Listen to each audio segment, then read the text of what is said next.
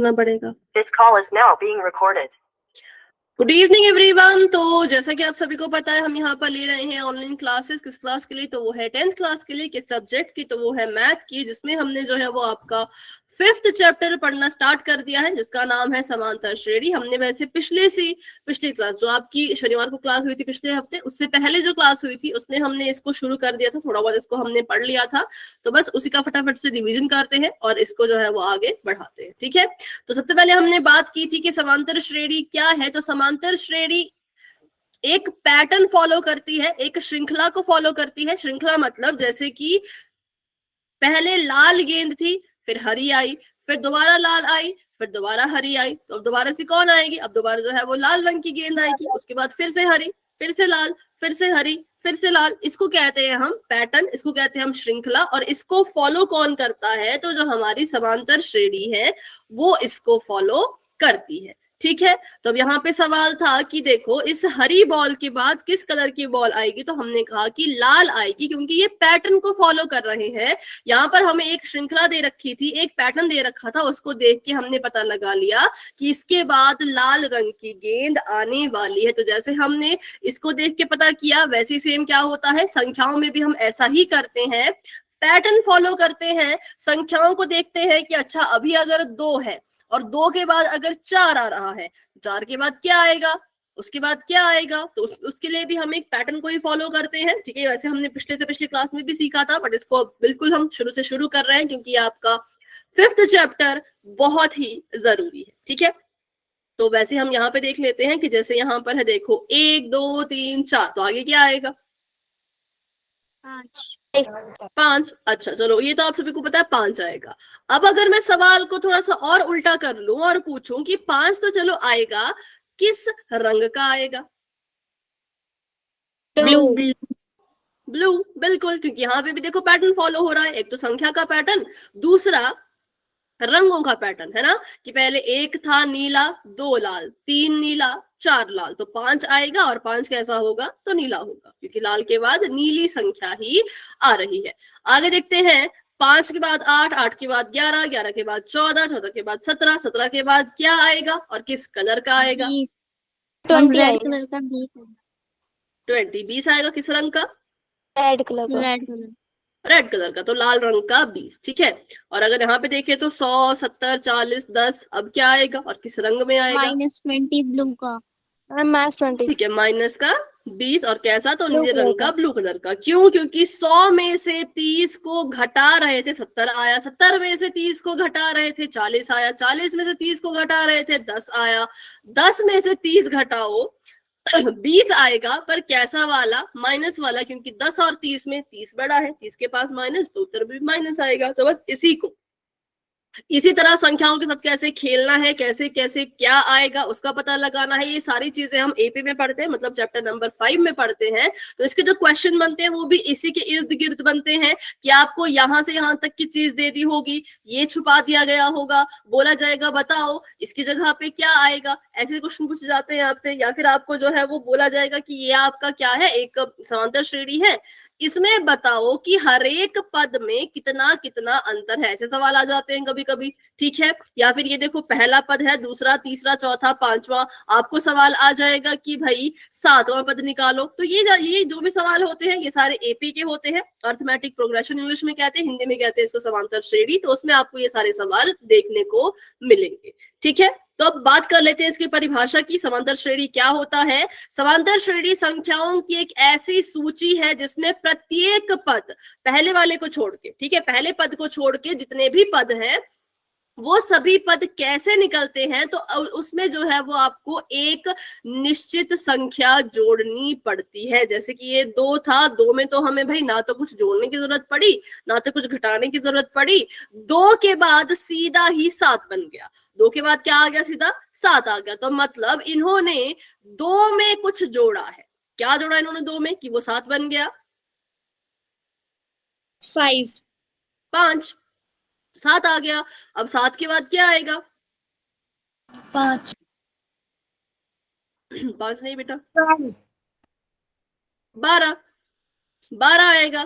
तो ये जो पहला पद था ये अपनी मर्जी का होता है, इसको बनने के लिए कुछ भी जोड़ने की जरूरत नहीं है। पहले पद को बनाने के लिए उसमें कुछ भी जोड़ने की जरूरत नहीं है, वो अपने आप ऐसे कैसा लिखा रहेगा। लेकिन हाँ, अगर दूसरा पद बनाना है, सेकंड पद बनाना है, तो क्या करना पड़ेगा, पहले पद में कुछ जोड़ना पड़ेगा। हमने जोड़ा, हमने पहले पद में 5 जोड़ा, 5 जोड़ने पे दूसरा पद बन गया। अब तीसरा पद बनाना है, तो तीसरा पद बनाने के लिए क्या करना पड़ेगा, दूसरे पद में कुछ जोड़ना पड़ेगा। क्या जोड़ना पड़ेगा, सेम चीज, वही सेम चीज जो पहले पद में जोड़ी थी ताकि दूसरा पद निकल के आए, वही सेम चीज दूसरे पद में जोड़ो तो तीसरा पद निकल के आ जाएगा। ठीक है, बताओ यहां तक क्लियर है सभी को? सिर्फ इतनी सी चीज कि कैसे बनते हैं दूसरे पद, तीसरे पद, चौथा पद, ये सारे कहां से बन रहे हैं। ठीक है, एक निश्चित संख्या है जो कि 5 है, उसको जोड़ते जा रहे हैं, तो आगे आगे हमारे जो ये चीजें हैं ये निकलती जा रही हैं। जैसे कि 12 में 5 जोड़ा तो 17 आया, 17 में 5 जोड़ा तो 22 आया। ठीक है, तो ये हमारी एपी है, इसको हम समांतर श्रेणी कहते हैं। आगे बढ़ लेते हैं अब, तो यहाँ पर बात कर लेते हैं पहला पद और सार्व अंतर की। तो जो चीज सबसे पहले लिखी गई होती है, जैसे कि यहाँ पर 2 सबसे पहले लिख रखा है, तो ये हमारे लिए पहला पद है और पहले पद को दर्शाया जाता है ए से। ठीक है, पहला पद कैसे दर्शाया जाता है, तो पहला पद जो है वो दर्शाया जाता है ए से, स्मॉल ए। ठीक है, और दूसरा पद दर्शाया जाता है ए। इसको दर्शाने की वैसे जरूरत नहीं है, इसको अभी क्योंकि हमारे सिलेबस में भी इतना ही है। तो अगर हम बात करें और क्या आपको पता होना चाहिए, तो दूसरी चीज आपको पता होनी चाहिए सार्व अंतर। एक आपको पता होना चाहिए पहला पद, दूसरा आपको पता होना चाहिए सार्व अंतर। तो सार्व अंतर कैसे निकलता है, दूसरे पद में से पहले पद को माइनस करो, सार्व अंतर मिल जाएगा। तीसरे पद में से दूसरा पद माइनस करो, सार्व अंतर मिल जाएगा। चौथे पद में से तीसरा पद माइनस करो तो भी सार्व अंतर मिल जाएगा। सार्व अंतर को दर्शाते हैं स्मॉल डी से। और हमेशा ध्यान में ये चीज रखनी है कि कभी भी 2-7 मत करना या 7-12 मत करना। ठीक है, हमेशा जो है वो कभी भी पहले पद से दूसरा पद घटता ही नहीं है, हमेशा दूसरे पद से 7 में से 2 को घटाना है, कभी भी 2 में से 7 को नहीं घटाना है। वैसे ही सार्व अंतर निकालने चले, आपने सोचा कि इन दोनों की मदद से सार्व अंतर निकालते हैं, तो मुझे बस इतना बताओ, अगर मैं इन दोनों की मदद से सार्व अंतर ढूंढना चाहूं तो मैं क्या करूं, 17 में से 22 घटाऊं या 22 में से 17 घटाऊं? 22 में से 17। बिल्कुल, 22 में से 17 को घटाना है। ऐसा गलती से भी मत करना कि 17 में से 22 को घटा रहे हो। ठीक है, तो फिर आपका आंसर गलत आ जाएगा, आपका आंसर माइनस में आ जाएगा, लेकिन माइनस में आंसर नहीं है। 12 में से 22 में से 17 गए तो 5 आता है। यहाँ पे जो सार्व अंतर है वो 5 है। ठीक है, क्लियर है सभी को सार्व अंतर और पहला पद? इसमें किसी को कोई डाउट है तो पूछ लो, क्योंकि क्वेश्चन आएगा पोल सेक्शन में पहले पद और सार्व अंतर पर आधारित। ठीक है, डी से इसको दर्शाते हैं और डी यहाँ पर है 22 - 17, तो डी यहाँ पर है 5। चलो इसमें बताओ फटाफट से, पहला पद कौन और डी कौन? पहला पद 2 और डी कितना है, सार्व अंतर कितना है? 2 2 ही है। ठीक है, आगे बताओ। 3 पद 3, पहला पद 3, सार्व अंतर 0 है। 0। यहाँ पर पहला पद 2 है। 2 सार्व अंतर -2 माइनस का 2। ठीक है, और यहाँ पर -10 -10 है पहला पद और सार्व अंतर -15 -15। 5 आएगा। -5 कैसा? हम 5 आएगा पॉजिटिव का। माइनस का नहीं, माइनस का तो नहीं आएगा, 5 आएगा जमा का 5।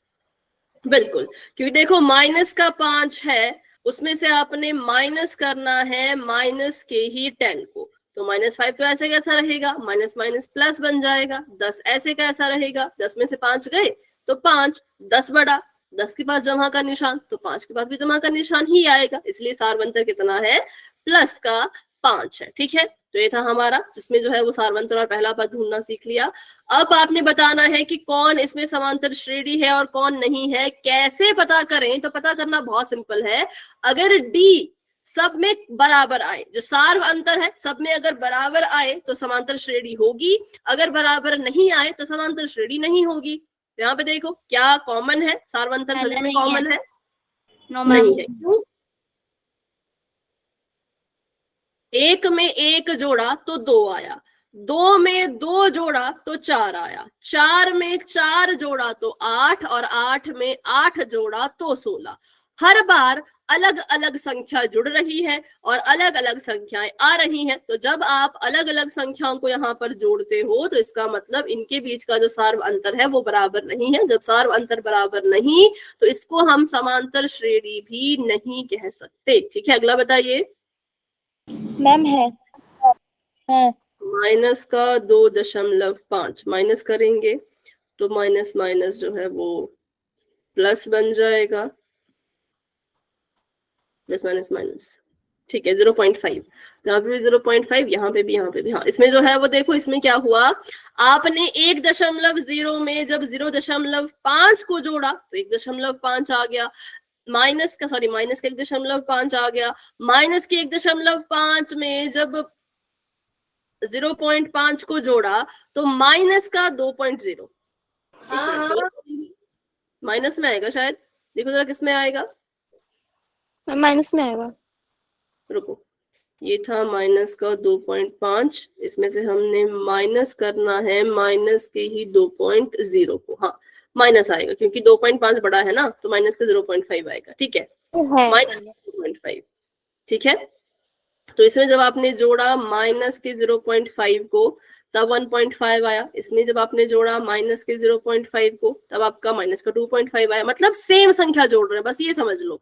सेम संख्या जुड़ रही हो तो हम कहेंगे समांतर श्रेणी है, लेकिन अगर नहीं जुड़ रही हो तो नहीं है। अगला बताओ, है या नहीं? है। 5 है इसमें अंतर, है ना। माइनस के 17 में 5 जोड़ो माइनस का 12 आएगा, माइनस के 12 में 5 जोड़ो माइनस का 7 आएगा, माइनस के 7 में 5 जोड़ो माइनस का 2 आएगा, माइनस के 2 में 5 जोड़ो तो जमा का 3 आएगा, और जमा के 3 में 5 जोड़ो तो 8 आएगा। सारी की सारी चीजें इसमें मतलब कॉमन था, सार्व अंतर बराबर था, तो हाँ इसका आंसर होगा, ये समांतर श्रेणी है। अगला बताओ, 5, 2, -1, -3। नो मैम, नहीं। 5 में से -3 किया तो 2 आया, -3 में जोड़ेंगे माइनस के ही 3 को तो माइनस का 1 आ जाएगा। अब माइनस के 1 में ही जोड़ेंगे माइनस के 3 को तो माइनस का 4 आना चाहिए था, पर यहाँ पे माइनस का 3 ही लिखा है, इसीलिए ये भी समांतर श्रेणी नहीं है। ठीक है, बस इतना याद रखो, जिसका सार्व अंतर बराबर होता है वो समांतर श्रेणी होती है, जिसका सार्व अंतर बराबर नहीं होता वो समांतर श्रेणी नहीं होती है। ठीक है, तो चलिए बढ़ते हैं आगे। अच्छा, और कर लेते हैं क्वेश्चन। तो अभी क्वेश्चन आपको समांतर श्रेणी है नहीं वो वाला नहीं आएगा, वो हमने पिछली क्लास में कर लिए थे। अभी हम सीधा सवाल करेंगे पहला पद और सार्वंतर के बारे में। ठीक है, तो आपको यहाँ पे सवाल पूछा गया है, आपको यहाँ पर एक समांतर श्रेणी दी गई है, वो मैं लिख लेती हूँ, वो है -3, -8, -13 एंड डॉट डॉट डॉट, मतलब सो ऑन, मतलब ये चलती ही जा रही है। ठीक है, अब आपने यहाँ पे क्या क्या चीजें ढूंढ के बतानी है, तो आपने बताना है इसमें a कितना है, मतलब पहला पद कितना है, और आपने बताना है d कितना है, मतलब कि सार्व अंतर कितना है। ठीक है, तो सार्व अंतर भी ढूंढो और a भी ढूंढो। साइन का ध्यान रखना बच्चों, साइन का बिल्कुल ध्यान रखना, और अपना आंसर आपने देना है पोल में, जो कि बस अभी आपको नजर आ चुका होगा। तो जिसको भी आंसर मिल चुका है वो अपना आंसर पोल में जाके दे सकते हैं। ठीक है, आराम से करो, किसी बात की कोई जल्दी नहीं है, आराम से सोच समझ के। ओके, जिसने आंसर कर लिया हैंड रेज कर सकते हैं, वेरी गुड, बिल्कुल आराम से कीजिए, रिलैक्स होके, जल्दबाजी तो करनी ही नहीं है।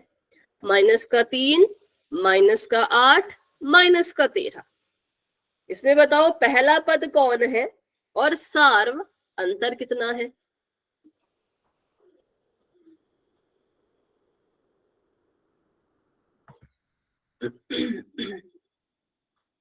ठीक है, 8 बच्चों ने आंसर दे दिए हैं, वेरी गुड, हैंड रेज करो फटाफट से जिसने आंसर कर लिया। भाई 9 बच्चों ने आंसर दे दिया है तो हैंड रेज भी कर लो।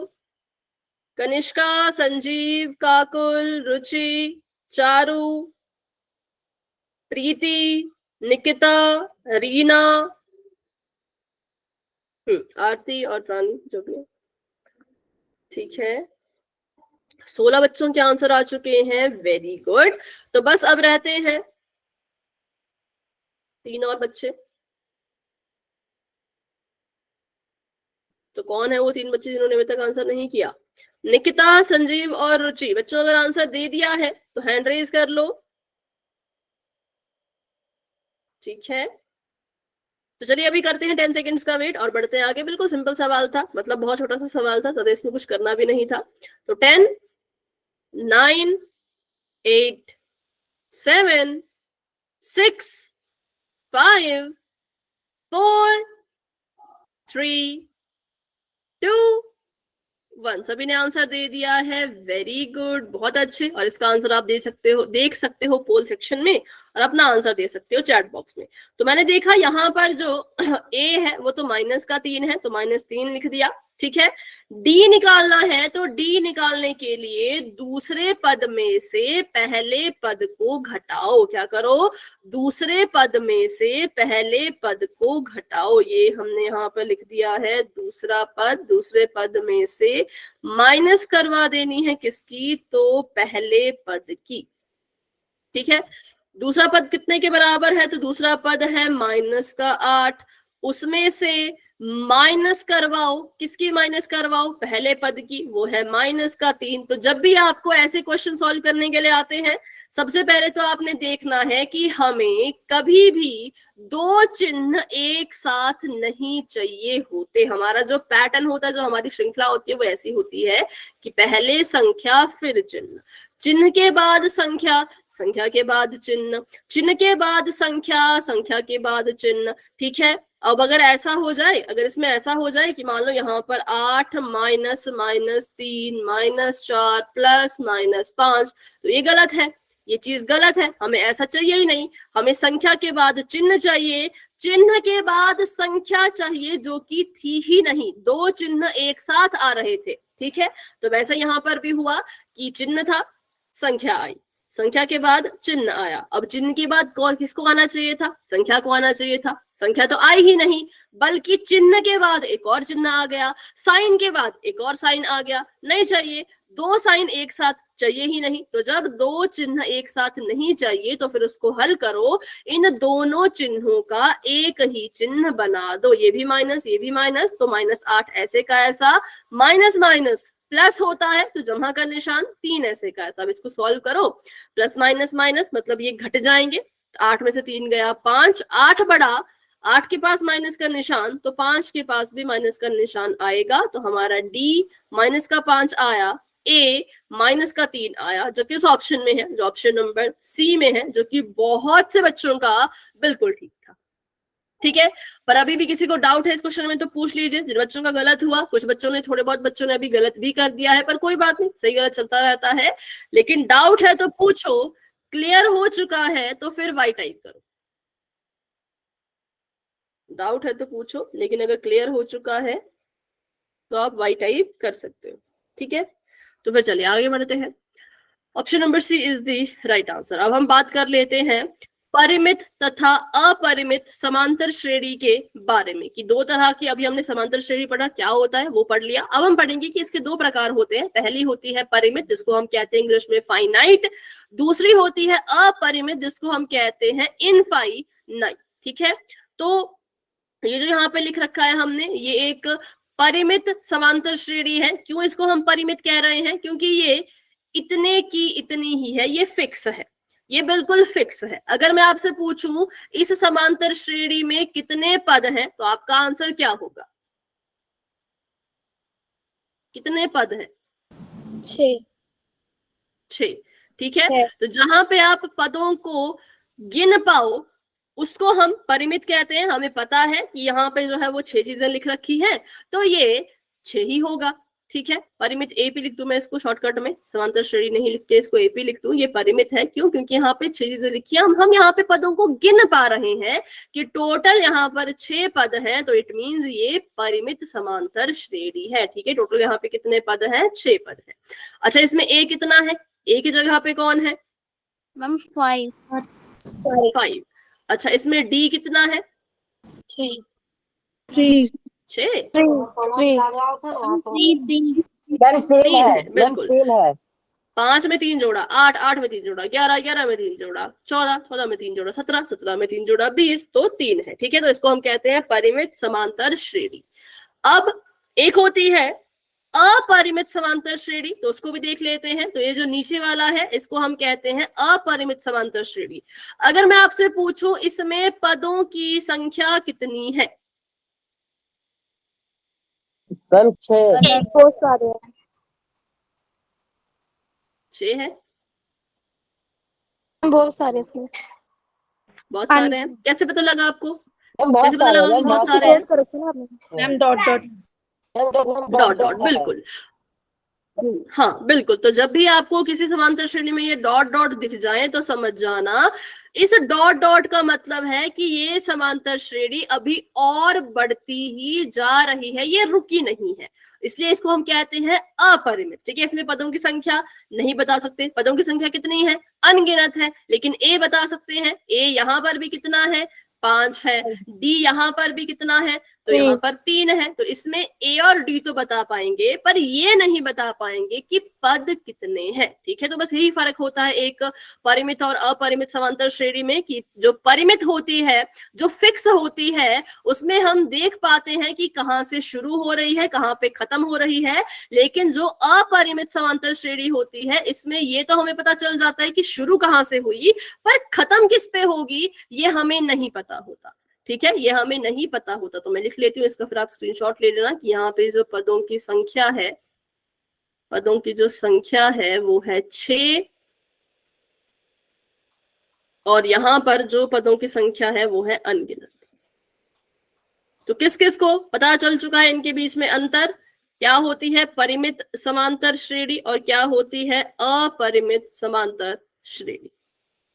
ये आपको सवाल में काम आएगा, क्योंकि कभी कभी क्या होता है, अगर आपका जो है वो अनगिनत, अगर आपका सवाल है और सवाल में अगर परिमित समांतर श्रेणी है तो उसको हल करने का तरीका थोड़ा सा अलग होता है, अगर अपरिमित श्रेणी है तो उसको हल करने का तरीका थोड़ा सा अलग होता है। तो इसलिए आपको पहले पहचान होनी चाहिए कि परिमित कौन और अपरिमित कौन। ठीक है, तो आप सभी ने वाई टाइप कर लिया है, तो इट मीन्स आपको समझ आ चुका है। तो चलिए फिर बढ़ते हैं आगे। ये परिमित है, ये अपरिमित है। अतः ऐसी श्रेणी जिसमें पदों की संख्या निश्चित हो उसको हम परिमित कहते हैं, लेकिन जिसमें पदों की संख्या अनिश्चित हो, पता ना हो कि कितने पद हैं, जैसे कि इसमें नहीं पता, तो इसको हम कहेंगे अपरिमित समांतर श्रेणी। तो यहाँ पे आपने बताना है कौन परिमित है कौन अपरिमित है। पहली समांतर श्रेणी कैसी है, परिमित या अपरिमित? परिमित है। दूसरी अपरिमित ठीक है, और तीसरी अपरिमित और चौथी अपरिमित अपरिमित।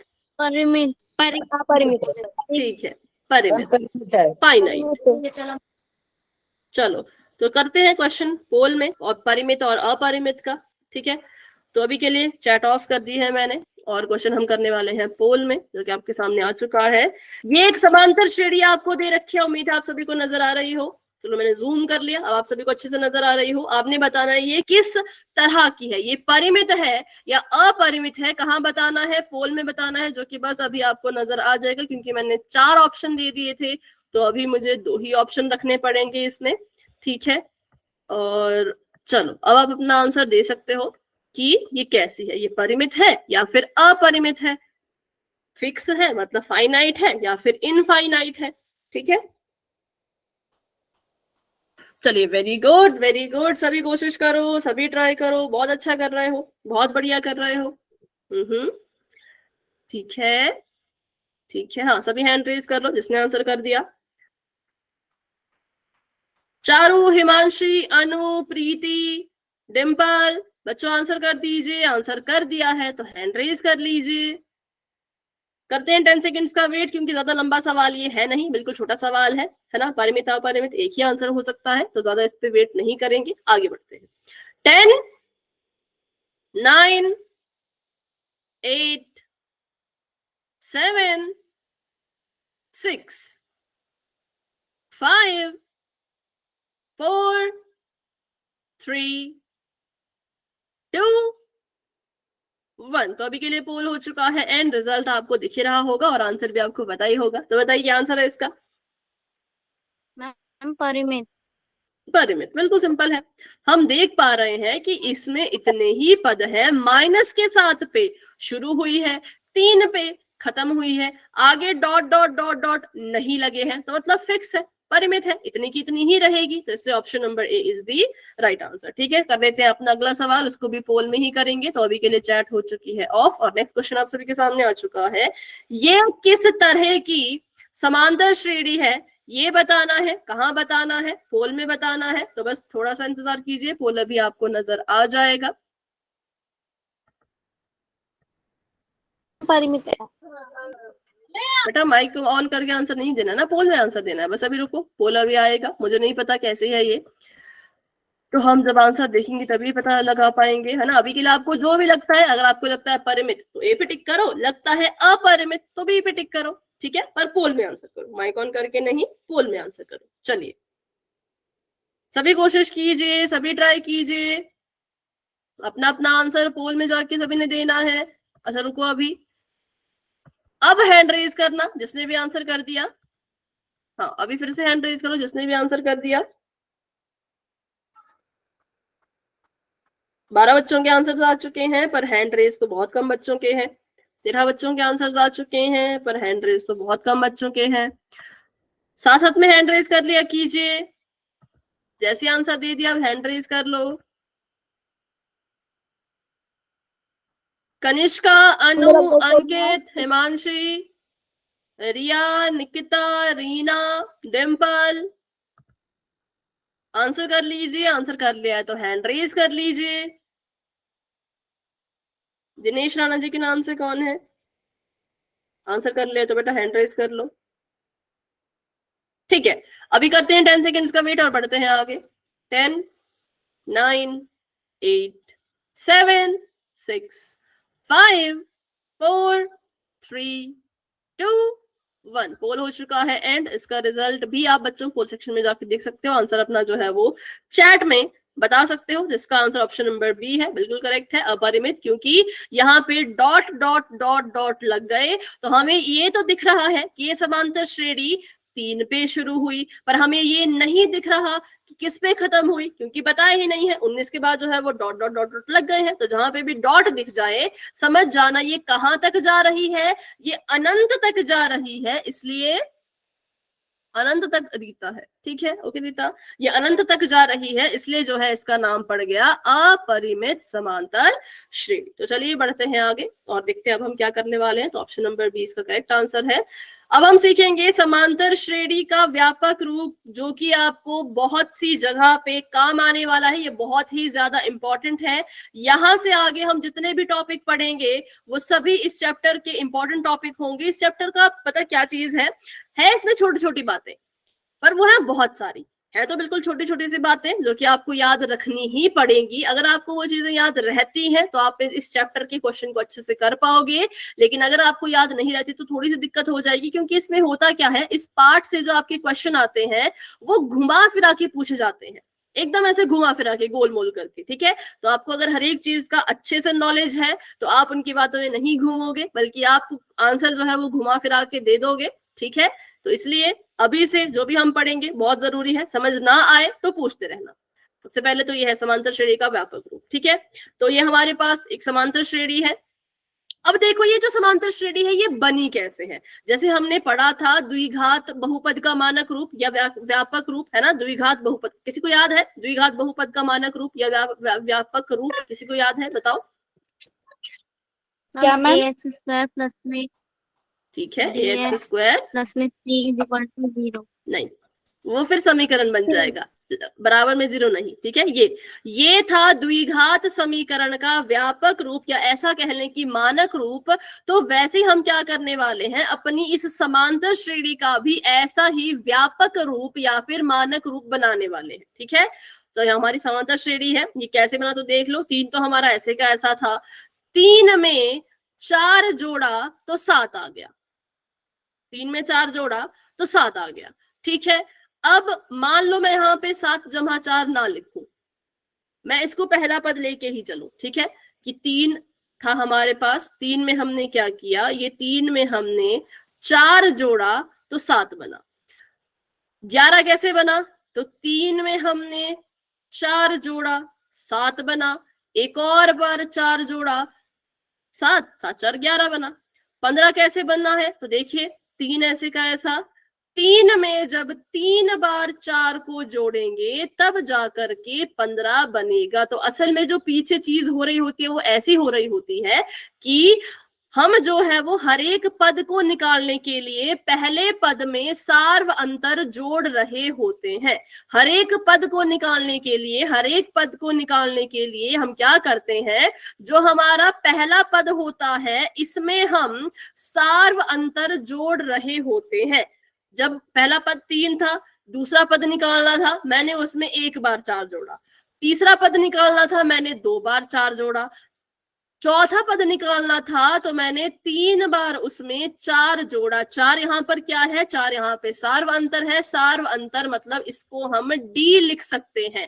3 यहाँ पर क्या है, 3 यहाँ पर ए है तो इसको हम ए लिख सकते हैं। ए यहाँ पर 3 है, डी यहाँ पर 4 है। ठीक है, तो अगर इसका मैं मानक रूप बनाना चाहूं, व्यापक रूप बनाना चाहूं तो क्या हो जाएगा कि जब भी दूसरा पद किसी समांतर श्रेणी में निकालना है, जब भी क्या करना है, दूसरा पद निकालना है किसमें, समांतर श्रेणी में, तो क्या करना पड़ेगा, जैसे ये कर रहे हैं 3 जमा 4।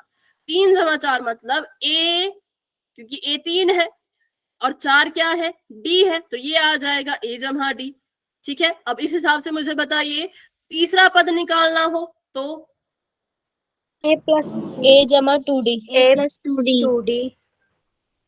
ठीक है, 3 क्या है, ए है ना, ये मेरा तीसरा पद है। तीसरा पद निकालने के लिए मैंने क्या किया, 3 को ऐसे कैसा लिखा, 3 ए था, ए लिख दिया। उसमें मैंने 4 जोड़ा, 4 जो है वो डी था, एक और बार 4 जोड़ा, ये भी डी था, मतलब ऐसा किया। ए में 2 बार डी जोड़ा तो ये बन जाएगा ए प्लस 2डी। उसी तरह से चलो मैं आपसे पूछूं अगर कि 5वां पद निकालना हो तो, चलो चौथा करते हैं पहले, तो आप कंफ्यूज मत होना। A plus 4D, चौथा बता दो पहले चौथे के लिए। A plus 4D। A plus ठीक 4D, है, ए में क्या करना पड़ेगा, 4D मैम Yes. ए प्लस no ma'am, मैम ए प्लस नहीं, 3D, 3D। देखो ना, देखो ये था, तो ये हमारा चौथा पद था। ये क्या था, चौथा पद था। चौथे पद में क्या हुआ, एक तो ए है वो मैंने लिख दिया ए। डी कितनी बार जुड़े, 4 कितनी बार जुड़े, 3 बार, तो यहाँ पे लिखो 1 2 3, तो ये आ गया ए प्लस 3D। ए प्लस 3D मतलब जो भी पद आपने निकालना होता है उसमें डी कितनी बार जोड़ने हैं, उससे एक कम। जैसे मैं बोलूं 7वां पद निकालना है, ठीक है, 7वां पद निकालने के लिए A plus ए तो 3D, एक बार आएगा, ए तो एक बार आएगा। अब डी कितनी बार जोड़ने हैं बताओ, मैम प्लस 6D 6D, क्योंकि जिस पद को निकालना है उससे एक कम डी रख लो। 7वां पद निकालना था तो इसको हमने लिख दिया ए प्लस 6D।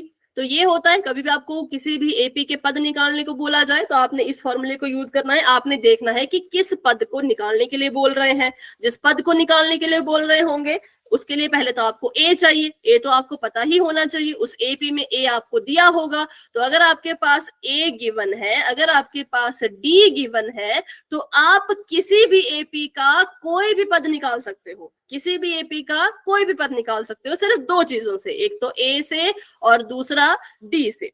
फॉर्मूला क्या लगेगा, तो ये फॉर्मूला लगेगा कि जिस पद के बारे में पूछा है उसके आगे ए लिखो, जमा का निशान लगाओ, और जिस पद के बारे में पूछा है उससे एक कम जो है वो डी कर दो। जैसे कि मैं बोलूं 10वां पद, अब 10वां पद निकालना है तो मुझे बताओ कितने डी होंगे, 9D, 9D। तो ये 10वें पद के लिए फॉर्मूला बन गया। तो ये फॉर्मूले बनाने आपको आने चाहिए। तो हमने यहाँ पे सीख लिया फॉर्मूला बनाना कि पदों को कैसे ज्ञात करें, कि किस पद पे क्या चीज लिखी जानी है उसको कैसे ज्ञात करें, तो ऐसे निकाला जाता है। चलो इसका फटाफट से स्क्रीनशॉट ले लीजिए, अगर किसी को भी डाउट होगा तो स्क्रीनशॉट को आप दोबारा से देख करके फिर समझ सकते हो। वैसे तो इसको अपनी कॉपी पे नोट करते जाओ भाई, जरूरी है ये, ठीक है। ये फॉर्मूला बहुत इंपॉर्टेंट है, आपको जब अभी तो समझ आ जाएगा, बट जब सवाल आएगा, सवाल में जब ये पूछेंगे तो फिर आप कंफ्यूज हो जाओगे कि कैसे करें। ठीक है, इसलिए हम कोशिश करेंगे कि सवालों की भी बहुत सारी प्रैक्टिस करें ताकि कोई भी डाउट ना रहे। चलिए अभी के लिए आगे बढ़ते हैं। तो यहाँ पे भी इन्होंने वही सेम चीज समझाई है कि 3 तो भाई 3 ही था, 7 बनने के लिए 3 जमा 4, 11 बनाने के लिए 3 जमा 4 जमा 4, 15 बनाने के लिए 3 जमा 4 जमा 4 जमा 4। ठीक है, अब अगर मैं आपसे यहाँ पे सवाल करूं कि A 3 है, A 3 है और D जो है वो 4 है, आपको 1 2 3 4 4 पद आपको दे रखे हैं। आप मुझे बताइए कि छठा पद छठी जगह पर कौन सी संख्या आएगी छठे पद की जगह पर, बताओ। Ma'am A+6, ma'am A+5D। A+5D, ठीक है, A+5D। ए की जगह पे भरो 3 को, 3 भर दिया, जमा का निशान 5 ऐसे का ऐसा, गुणा का निशान 4। ठीक है, हाँ, पर किसी ने 19 बोला था क्या पहले? मैम 5 निकालने तो A+4D होगा ना। छठा बेटा सिक्स्थ पद 23। 23, मतलब इसका जो छठा पद होगा वो 23 आएगा। अभी कितने पद दिए हैं? 4 पद दिए हैं। 5वां पद किसने निकाला था अभी बताओ? 19 आएगा। 19 आया था, ठीक है। तो 5वां आया 19, 19 में 4 जोड़ा तो 20 21 22 23, तो आ गया 23। ठीक है, तो हमने किसकी मदद ली? बस ए की मदद ली और डी की मदद ली और हमने इसका छठा पद निकाल दिया। इसी तरह से आपको पूछा जाए कि एक एपी है जिसमें ए जो है वो 3 के बराबर है, डी जो है वो 4 के बराबर है, आप हमें उस एपी का 100वां पद निकाल के बताओ, तो क्या करोगे?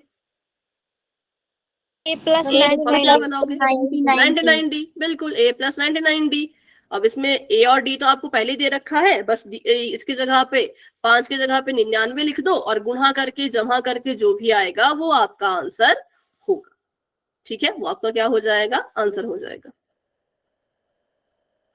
तो करो जरा इसको।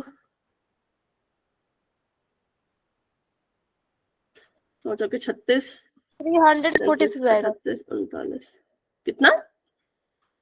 346 46 कैसे? 9 चौके 36 ना, 36 39 मेरे तो इतना आ रहा है। सही है, सही है। बाकी का भी इतना आया, बताओ। Yes sir. ठीक है सॉरी, चलो फिर आगे बढ़ते हैं। तो यहाँ से हमने ये तो फिर सेम चीज है, इसको दोबारा रिपीट नहीं करेंगे। यहाँ से हमने देखा कि A 3 है, D 4 है। उसके बाद ये बन गया A, ये बन गया A+D, A+D+D, A+D+D, D+D, ऐसे करते करते फॉर्मूले निकल गए। फॉर्मूले हमारे निकल गए तो हमने जो है वो पीछे सीख लिया है। ठीक है, तो बस ये था, इसमें ज्यादा कुछ नहीं था। अब बात करते हैं इसकी, ये भी जरूरी है।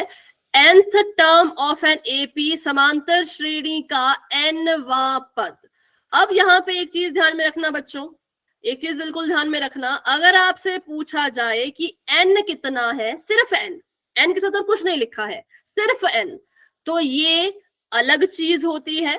अगर आपको पूछा जाए कि nवां पद निकालो तो ये अलग चीज होती है। इनको कभी भी एक ही चीज समझने की गलती मत करना। nवां पद निकालना अलग बात है और n निकालना अलग बात है।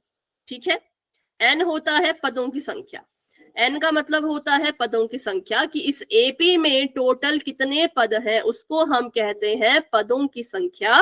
तो जब n निकालने को बोला जाएगा तो आपसे ये पूछा जा रहा है कि इस एपी में कितने पद हैं, और अगर आपको पूछा जा रहा है nवां पद तो इसका मतलब ये है कि इस एपी का आखिरी पद कौन सा है। जैसे मैं अगर आपको यहाँ पे एक एग्जाम्पल दूं, तो मान लो मैं यहाँ पे फटाफट से एपी लिखती हूँ, 2 4 6 8 10 और यहाँ पर 12 14 16। ठीक है, मुझे बताओ यहाँ पर n कितना है? 8। पक्का? 1 2 3 4 5 6 7 8। ठीक है, n यहाँ पर 8 है, मतलब पदों की संख्या यहाँ पर 8 है। अब मैं पूछूं यहाँ पे nवां पद कौन सा है? 16। 16। 16। 16 है 16 क्योंकि ये हमारा आखिरी पद था। आखिरी पद को, हाँ, आखिरी पद को nवां पद कहते हैं, ठीक है। आखिरी पद को कहते हैं हम n वाला पद या nवां पद। तो ये आखिरी पद को दर्शाया जा रहा है और जो n अकेला है वो पदों की संख्या को दर्शा रहा है। तो यहाँ पे देखो n आ रहा है 8 और आखिरी पद मतलब nवां पद आ रहा है 16। दोनों बराबर नहीं है, मतलब दोनों अलग अलग होते हैं। तो इसको नोट डाउन कर लो, ये दोनों चीजें, क्योंकि बहुत बच्चे ऐसा करते हैं, बहुत बच्चे इसमें कंफ्यूज रहते हैं कि n क्या है और nवां पद क्या है। तो ये मैंने आपको यहाँ पे पहले ही इसमें अंतर बता दिया ताकि आगे जब भी आप पढ़ो तो आपको इसमें कोई डाउट ना रहे, ठीक है। n मतलब पदों की संख्या, nवां पद मतलब आखिर में जो पद लिखा है वो वाला पद, ठीक है। क्लियर है? आगे बढ़े। तो अभी जो हम सीखेंगे वो ये हम नहीं सीख रहे, इसके बारे में अभी हम नहीं पढ़ रहे। हम पढ़ रहे हैं इसके बारे में कि nवां पद क्या होता है, कैसे निकाला जाता है, ठीक है। चलिए, तो फिर ये हमारे पास ये तो सेम चीज है। अच्छा, a को हम a1 भी बोल सकते हैं और दूसरे पद को बोलते हैं a2, तीसरे को a3, चौथे को a4, पांचवे को a5। वही बात आ गई, ठीक है। पहले पद को a भी बोलते हैं और a1 भी बोलते हैं और उसके बाद दूसरे पद को बोलेंगे a2, तीसरे को a3, चौथे को a4, पांचवे को a5, सातवें पद को क्या बोलेंगे? A6 7 6 नहीं, A7। A ऐसे और 7 इसके नीचे चरणों में। अच्छा, 100वें पद को क्या बोलेंगे? A99 नहीं बेटा, इसमें माइनस नहीं करना है ना, इसमें देखो, तभी तो मैंने कहा छोटी छोटी बातें हैं इस चैप्टर में, पर बहुत सारी हैं तो याद रखना मुश्किल होता है। 100वां पद अगर निकालना हो, अगर आपको बोला जाए कि A100 निकालो, ठीक है। अब इसका ये जो यहाँ पे लिखा है ना A100, इसका मतलब है 100वां पद। A100 लिखा हो तो समझ जाना ये किसकी बात कर रहे हैं, ये 100वें पद की बात कर रहे हैं। कैसे निकलेगा? अब जरा इसका फॉर्मूला बताओ। अब जरा इसका फॉर्मूला बताओ। बिल्कुल, A+99D। तो ये है आपका पूरा का पूरा, ठीक है। ये A100 का मतलब 100वां पद कैसे निकलेगा, तो ये इसका फॉर्मूला है। ये बस इसको दर्शाने का तरीका है और ये इसका पूरा का पूरा फॉर्मूला है। अगर मैं बोलूं कि 109वें पद को कैसे दर्शाओगे? A+10HD दर्शाना, इसे ये है दर्शाना। कैसे दर्शाओगे? A109 A लिखोगे और नीचे 109 लिखोगे, हो गया, ये हमने दर्शा दिया 109वां पद। अच्छा, अब इसको निकालोगे कैसे? A+108D 108D। तो बस ये तो इसमें ठीक है, बिल्कुल ये सिंपल है। अब सवाल में ऐसा भी आता है, सवाल में आपको बोला जाएगा कि A15, ऐसा बोला जाएगा A15 जो है वो 10 के बराबर है, ऐसे आपको लिख रखा होता है। आपने देखना, आपने जब 5th चैप्टर पढ़ा होगा तो आपने सवाल देखा होगा जिसमें ऐसा लिखा था, ए के नीचे ऐसे कुछ लिख दिया था, 15 जैसा कुछ लिख दिया था और बराबर में जो है वो 10 लिख दिया था। तो यहां से आपको खुद इसका मतलब निकालना पड़ेगा कि कहना क्या चाह रहे हैं। तो ये कहना चाह रहे हैं कि AP का जो 15वां पद है वो 10 है, ठीक है। तो ऐसे आपको ये सारी बातें जो है वो, वही मैंने कहा कि जितनी आपको बेसिक इसके बारे में नॉलेज होगी उतना आप इस चैप्टर को अच्छे से कर पाओगे। तो अभी हमने दो चीजें सीखी। पहला हमने सीखा कि कैसे पदों को दर्शाते हैं, दूसरा सीखा कि कैसे उसका फॉर्मूला बनाते हैं। तो ये होता है दर्शाना, ठीक है, ये हम पदों को दर्शा रहे हैं और ये है उनका फॉर्मूला। तो बताओ किस किस को इसमें कोई डाउट नहीं है, कैसे दर्शाएंगे, कैसे फॉर्मूला बनाएंगे, दोनों चीजें अगर क्लियर है तो वाई टाइप कर दो कि कैसे दर्शाते हैं और कैसे उसका फॉर्मूला बनाते हैं, ठीक है। चलिए, तो फिर आगे बढ़ते हैं। बाकी जब क्वेश्चन करेंगे तो और ज्यादा आपकी चीजें क्लियर होंगी। तो अब यहाँ पे ये सारे के सारे फॉर्मूले जो बना दिए हैं, ठीक है। अब जैसे मैंने बोला कि अगर मैंने ऐसे लिखा है तो इसका मतलब है ये इसका 100वां पद है। अब मुझे अगर अपने आखिरी पद को दर्शाना हो और मुझे पता ही ना हो कि टोटल पद कितने हैं, आखिरी पद को दर्शाना हो पर मुझे पता ही नहीं हो कि इस AP में कितने पद हैं, तो कैसे उनको दर्शाया जाएगा? तो हम लिखेंगे A और नीचे लिख देंगे इसके N, ठीक है। ऊपर लिख देंगे A और नीचे लिख देंगे N। N का मतलब पदों की संख्या। तो इससे हमने ये दर्शाया कि इस AP में जितने भी पदों की संख्या है, जितने भी पद है, उसमें से जो आखिरी पद है वो AN है, ठीक है। आखिरी पद कैसा है? AN है। फिर से चाहे मैं इसको रिपीट कर देती हूँ। पहला पद A1, दूसरा पद A2, तीसरा पद A3, ऐसे करते करते करते करते आखिरी पद लिखना हो तो AN। बस ये हो गया, ये हमने nवा पद लिख लिया AN। ठीक है, अब यहाँ पे फॉर्मूले देख लेते हैं। पहला पद निकालना है तो हमने सीख लिया था कैसे इसका फॉर्मूला, मतलब यहाँ पे इन्होंने बस फॉर्मूला बनाया है। यहाँ पे इन्होंने क्या किया है, सिर्फ फॉर्मूला बनाया है कि जब हम दूसरा पद निकाल रहे थे तो हमारा फॉर्मूला बन रहा था A प्लस D, तीसरा पद निकाल रहे थे तो हमारा फॉर्मूला बन रहा था A प्लस 2D। ठीक है, चौथा पद निकाल रहे थे, हमारा फॉर्मूला बन रहा था A प्लस 3D। अब आखिरी पद निकालना है तो बताओ कैसे निकलेगा, क्या फॉर्मूला बनेगा?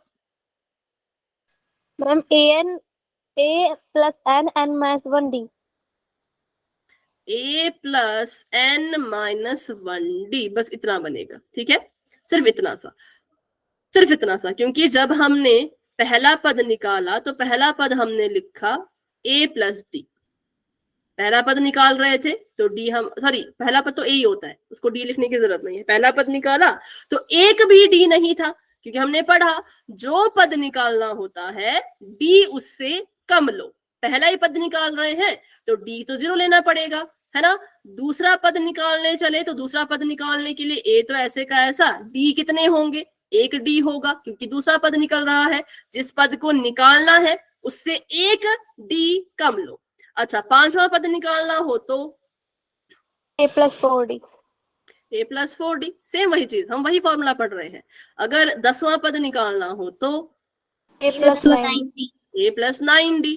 तो वैसी बात आ गई कि अगर हमें n पद निकालना हो, अब हमें पता ही नहीं कि n की जगह पे क्या है। जब हमें पता ही नहीं कि n की जगह पे क्या है तो इसका फॉर्मूला बन जाएगा A ऐसे का ऐसा, है ना। D हमें चाहिए, कितने D चाहिए, जिस पद के लिए निकाल रहे हैं उससे एक कम। कौन सा पद निकल रहा है, nवां पद निकल रहा है तो मतलब n-1, nवां पद निकल रहा है तो मतलब n-1। अगर हमें पता होता कि n की जगह पे कितना है तो हम फटाफट से माइनस करके संख्या यहाँ लिख देते, पर हमें पता ही नहीं कि भाई n की जगह पे है क्या, तो क्या लिखे, तब इसलिए हमें फॉर्मूला बनाना पड़ा A प्लस n-1D। ठीक है, तो इसको आप नोट डाउन कर लीजिए अच्छे से, बिल्कुल अच्छे से इसको नोट डाउन कर लीजिए। इसको हम ऐसे भी लिखते हैं सॉरी, पहला पद A1 है उसको A ही लिखा जाता है, दूसरे पद को लिखते हैं A2, इसका फॉर्मूला हो गया A प्लस D। तीसरे पद को लिखते हैं A3, इसका फॉर्मूला हो गया A प्लस 2D। और पांचवें पद को लिखते हैं A5, इसका फॉर्मूला हो जाएगा A प्लस 4D।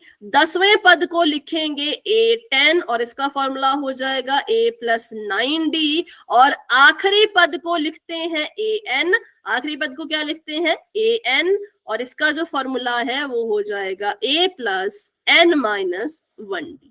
n-1D क्यों लिखा, अगर किसी को डाउट है तो पूछ लो, अगर समझ आ गया तो y टाइप कर सकते हो। ये फॉर्मूले बहुत जरूरी हैं, देखने में छोटे छोटे हैं लेकिन आपको खुद पता करना पड़ेगा कि कब कौन सा फॉर्मूला यूज करना है। कभी कभी क्या होता है, एक ही क्वेश्चन को सॉल्व करने के लिए कम से कम 2-3 फॉर्मूले लग जाते हैं, कम से कम 2-3 फॉर्मूले। ठीक है, तो इसलिए बिल्कुल ध्यान से इसको आपने समझना है।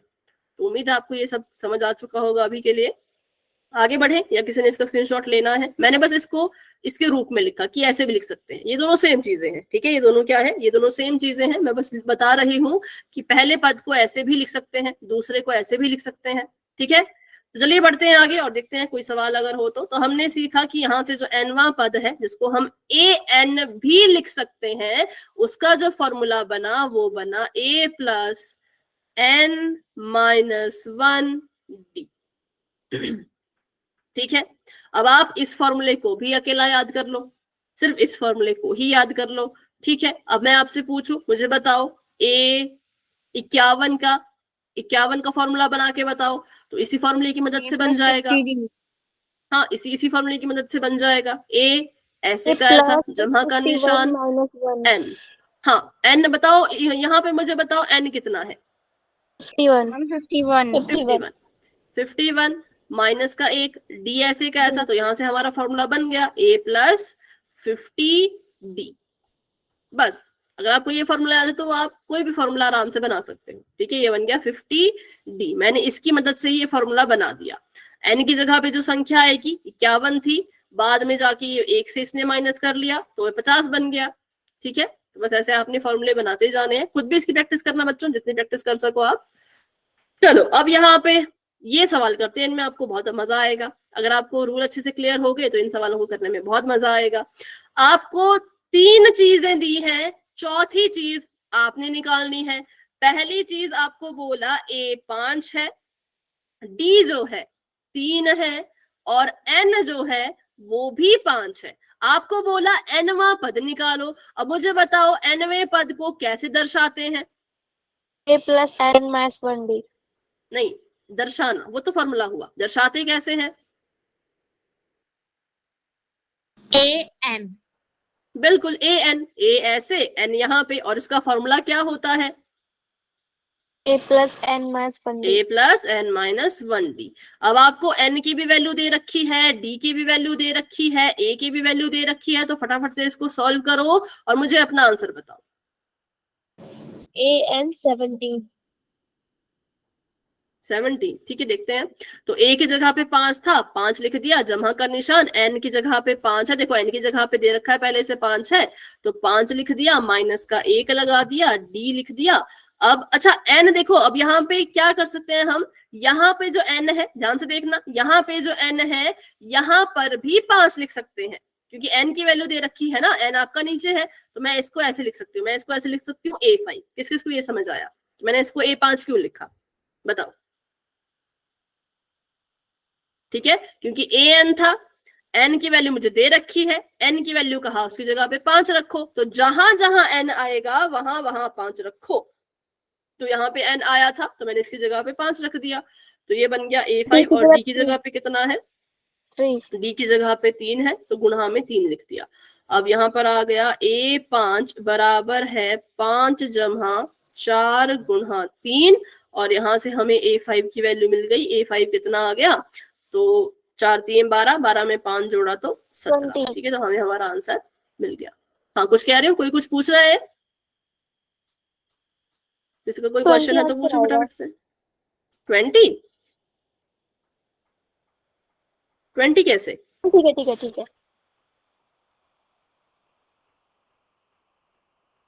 हो गया। अच्छा, आपने शायद इसको यहाँ पर कुछ तो माना, क्या माना? कुछ गड़बड़ हुई थी? 5 into 3 समझा था, सही है। अच्छा अच्छा, हाँ 5 into 3 नहीं होगा, क्योंकि 5 में से 1 गया तो 4 बच गया। ठीक है, तो चलिए इससे हमारा आंसर आ गया है कि जो हमारा nवां पद है, मतलब a5 है, वो 17 के बराबर है। अगला बताओ, अगला भी सेम क्वेश्चन है। आपको बोला है nवां पद निकालो, पर यहाँ पे वैल्यू चेंज हो गई। पहला a बराबर है 7, d बराबर है -3, n बराबर है 8, तो आप an निकालो। an का मतलब n की वैल्यू 8 दे रखी है, मतलब a8 निकालो, a8 निकालो। चलो, आपको सब कुछ दे रखा है, d दे रखा है -3 और ये दे रखा है -14। ठीक है, देखते हैं। तो हमने a8 निकालना है। अब मुझे पहले से पता है कि a8 अगर निकालना है तो इसका फॉर्मूला होगा a + 7d। मुझे पहले से पता है, ऑलरेडी पता है, क्योंकि हमने इनको निकालना सीखा है। ठीक है, अब a की जगह पे लिख दिया 7 और d की जगह पे लिख दिया -3, और इसको 7 से गुणा करवाना है, तो 7 का 7 माइनस का 7 × 21, और बिल्कुल सही है। a8 कितना आ जाएगा? तो a8 आ गया हमारे पास -14। ठीक है, -14 करेक्ट है। किस किस का इतना ही आंसर आया? किसी का कुछ और आया आंसर तो बता दो। सभी का इतना ही है? मिटा दूं इसको मैं? चलो इसको मिटाते हैं। अगला बताइए, अगला आपको बोला है कि a जो है वो -3 के बराबर, d जो है वो पता नहीं, n जो है वो 4 के बराबर, और आपको an भी दे रखा है 12 के बराबर। ठीक है, 12 के बराबर। चलो अब इसको सॉल्व करके बताओ।